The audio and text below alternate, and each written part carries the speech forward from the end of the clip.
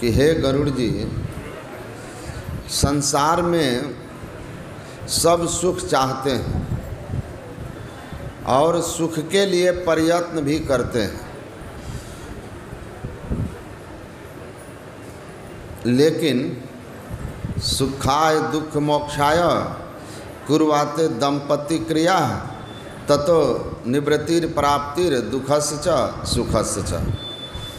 रात दिन सुख प्राप्ति के लिए और दुख से बचने के लिए नर नारी प्रयत्नशील होते हुए भी किसी न किसी रूप में वह दुखी रहते हैं, चिंतित रहते हैं, उदास रहते हैं। और वो अपने बारे में स्वयं बताते हैं कि कौन जोनि जहाँ जन्मे उनाही, मैं खगेश भ्रमि भ्रमि जग माही, अथकव करि कोटि कर्म गोसाई, सुखी न भयऊँ अबहीं के नाई। करोड़ों कर्म किए, करोड़ों उपाय किए, लेकिन आज जैसा सुखी हूँ कभी सुखी नहीं हुआ। जन्म करोड़ों ले लिए। और क्यों सुखी हुए? तो सुखी इसलिए हुए कि सुख के लिए जो साधन संत महापुरुषों ने बताया, उस साधन को हमने अपनाया। वह साधन क्या है? तो कहा, सबने एक मत होकर क्या कहा? करिए राम पद पंकज नेहा, श्रुति पुराण सब ग्रंथ कहाही, रघुपति भक्ति बिना सुख नाही। परमात्मा की भक्ति से सुख प्राप्त होता है और दुख का हमेशा हमेशा के लिए नाश हो जाता है।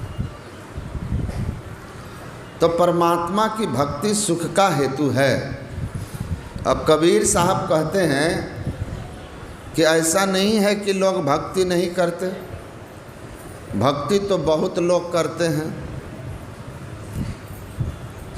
भक्ति सब कोई करे, अपर भरमना ना टरे। भक्ति तो बहुत लोग करते हैं, प्रायः लोग करते हैं। बहुत थोड़े हैं जो भगवान को नहीं मानते, पूजा पाठ नहीं करते। किसी न किसी रूप में थोड़ी बहुत भक्ति का भाव सब में है, लेकिन जीवन से दुख किसका गया? तो कबीर साहब कहते हैं इसलिए नहीं गया कि भक्ति का जो सही भेद है वो नहीं जानते हैं। ठीक ठीक भेद जान के भक्ति करो तो सुख शांति मिलेगी।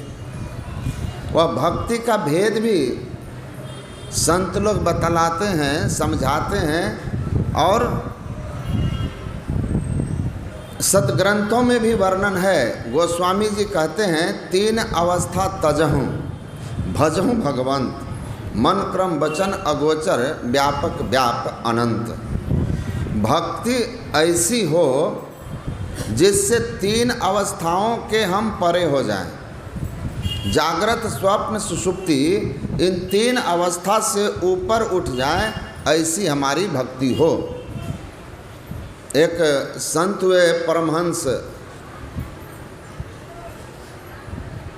लक्ष्मीनाथ, सहरसा बनगांव महिषी में, बड़े चमत्कारी महात्मा थे।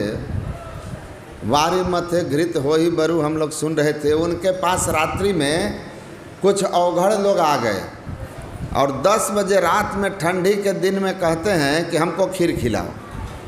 उन्होंने कहा, मेरे पास व्यवस्था नहीं है इतनी रात में हम आपको खीर दे सकें। न दूध है, न चीनी है, न चावल है। गांव के सब लोग सो गए हैं और दूध इतना देगा कहाँ से? 8-10 लोग हैं आप। उन लोगों ने कहा कि कहाँ से लाओगे ये हम नहीं जानते हैं, लेकिन खीर की व्यवस्था करो, नहीं तो लोहे का चिमटा दिखाकर कहा, देख रहे हो, चिमटा देख रहे हो, अभी जगह पर दिमाग आ जाएगा। तो इन्होंने कहा, अच्छा भाई, आप लोग लड़ाई झगड़ा की बात मत कीजिए, बैठिए, हम कुछ करते हैं। कहा, आ गया ना जगह पर, मार के नाम से सब व्यवस्था हो जाती है। साधु होकर झूठ बोल रहा था कि कुछ नहीं है। किसके लिए जमा कर रहा है? अपने सेवक को कहा कि अधन चढ़ा दो, समझ गए, पानी चढ़ा देना हंडी में। अब पानी जब खौलने लगा तो कहा गुरुदेव पानी खौल रहा है नहीं कुछ, क्या दें? कहा कि सड़क पर से ला करके 2 सूप बालू डाल दो। 2 सूप बालू डाल दिया, बालू डाला, बालू एकदम खदक करके